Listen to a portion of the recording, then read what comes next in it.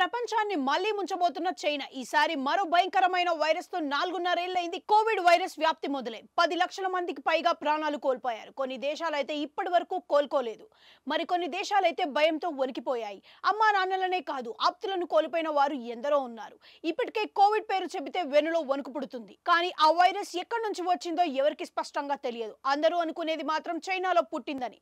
అమెరికాకు అప్పట్లో అధ్యక్షుడిగా ఉన్న డొనాల్డ్ ట్రంప్ అయితే నేరుగా చైనా వైరస్ అనే సంబోధించాడు. కానీ చైనా మాత్రం ఆ మాట అంటే ఒప్పుకోవడం లేదు. కాగా చైనా మరోసారి ప్రాణాంతక వైరస్ ను తయారు చేసిందనే కథనాలు వస్తున్నాయి. దాదాపుగా 10 ఏళ్ల కిందట ప్రపంచాన్ని భయపెట్టిన ఎబోలా పేరు పెద్దగా తెలిసి ఉండదు. అయితే ఆఫ్రికా దేశాల్లో వేల మందిని బలి తీసుకుంది వైరస్. మిగతా ప్రపంచానికి పాకలేదు. కాగా చైనాలోని హెబీ వైద్య విశ్వవిద్యాలయ శాస్త్రవేత్తలు ఎబోలా తరహాలోనే మరో కొత్త వైరస్ పుట్టించారని, దాని మాదిరిగానే ఇది చాలా ప్రమాదకరమైనదనే విశ్లేషకులు వస్తున్నాయి.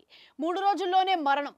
హెబీ వర్సిటీ శాస్త్రవేత్తలు రూపొందించిన వైరస్ మనిషిని 3 రోజుల్లోనే చంపేస్తుందనే కథనాలు వినిపిస్తున్నాయి. కాగా వ్యాధికారక ప్రభావాలను అధ్యయనం చేసేందుకే శాస్త్రవేత్తలు ఈ వైరస్ ను సృష్టించారు.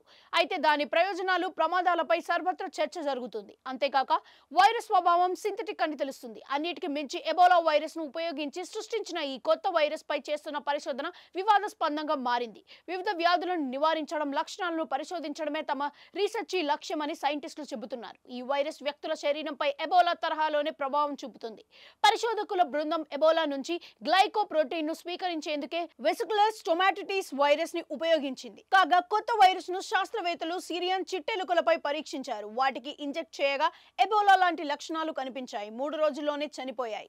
ఎఫెక్ట్ నరాలపై తీవ్రమైన ప్రభావంతో కొన్నిటికి కళ్ళు కూడా దెబ్బతిన్నాయి.